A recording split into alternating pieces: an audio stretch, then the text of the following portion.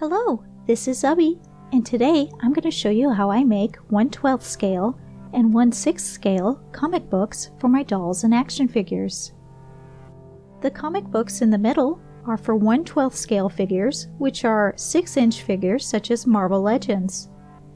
As you can see, the two comics on the outsides are much larger, and they are for 12-inch figures or dolls such as Barbie, Monster High, Ever After High, or most other fashion dolls. There are two different ways of making these comics. If you have access to a computer and a printer, you can just print the artwork. If not, you could cut out pages from weekly sales flyers from stores and then glue it on your comic. In this video, I'm going to focus on how to print the artwork so that it's in scale for your comic books. I start out by searching for a specific comic cover I'm looking for, and then once you find it, you just right-click on the image and copy the image.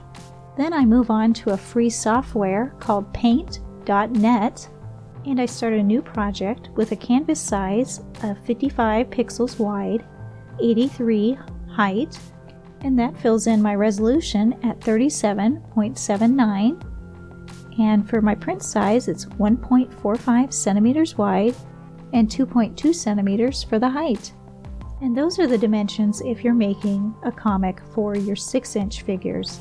If you are making a comic for your 12-inch figures, simply double the numbers. So for example, instead of 55, you would put in 110 for your width and 166 for your height. Then you paste in your image that you copied by going up to Edit and Paste, or you could use the shortcut of Control V. It's very important when you paste your artwork that you tell the software to keep your canvas size. Next, you resize the photo by clicking and dragging the edges so that it will fit within your canvas rectangle.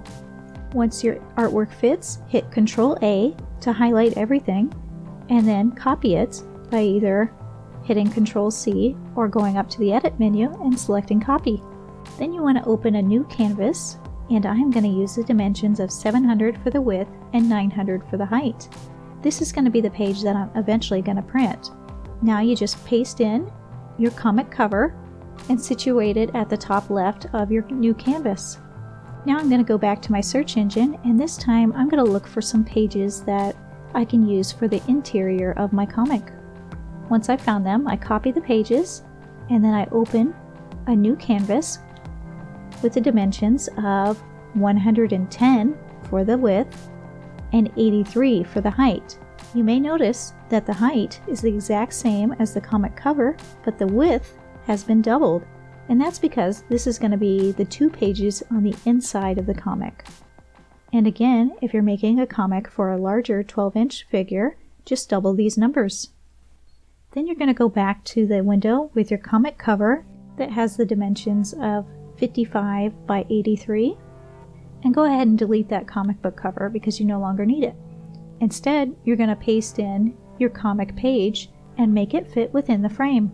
Once your page is resized, go ahead and flip to your double page, which is the one that has the width of 110, and paste in the page. One half of the image will still be white. And now we're going to go back to our search engine and select a second comic page to resize and fill in the blank spot on that double page. Next, you want to decide what you want on the back cover of your comic. Most real comics have some kind of advertisement. However, I don't want to do that. I usually just put on the logo of the company that manufactured the comic. Next, I transfer all my images to the window that has the 700 by 900 dimensions so that I can print everything on just one page. When you're ready to print, make sure you tell your printer you want it in color ink and in the best quality. While we're giving that printed page some time to dry, next we're going to move on and go ahead and cut out a cover for the comic made out of cardstock paper. Cardstock is a little thicker than regular paper. In this video, I'm going to make two versions of the comic, one that is open and the second one that's closed. So I'm going to measure out two rectangles with the dimensions of 2.2 centimeters tall by 3 centimeters wide. Once the rectangles are cut out, I fold each one in half. Next, we're going to make some pages for the inside of the comic. For the closed comic book, we're going to cut out 3 rectangles and 2 rectangles for the open comic book. I'm going to measure each rectangle so that the dimensions are 2.2 centimeters tall and 2.9 centimeters wide. I cut out each rectangle and fold each one in half along the longer side.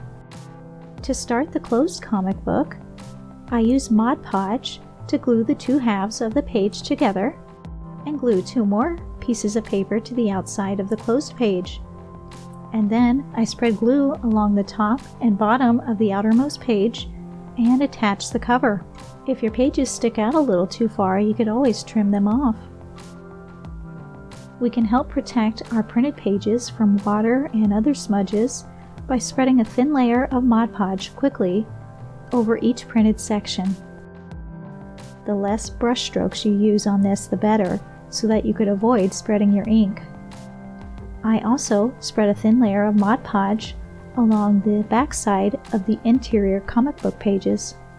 After the glue has dried, you could cut out each page and glue the comic book covers and back cover to your cardstock. For the open comic book, you want to take 2 blank rectangles and put a thin layer of glue along the fold of one and place it inside the second rectangle.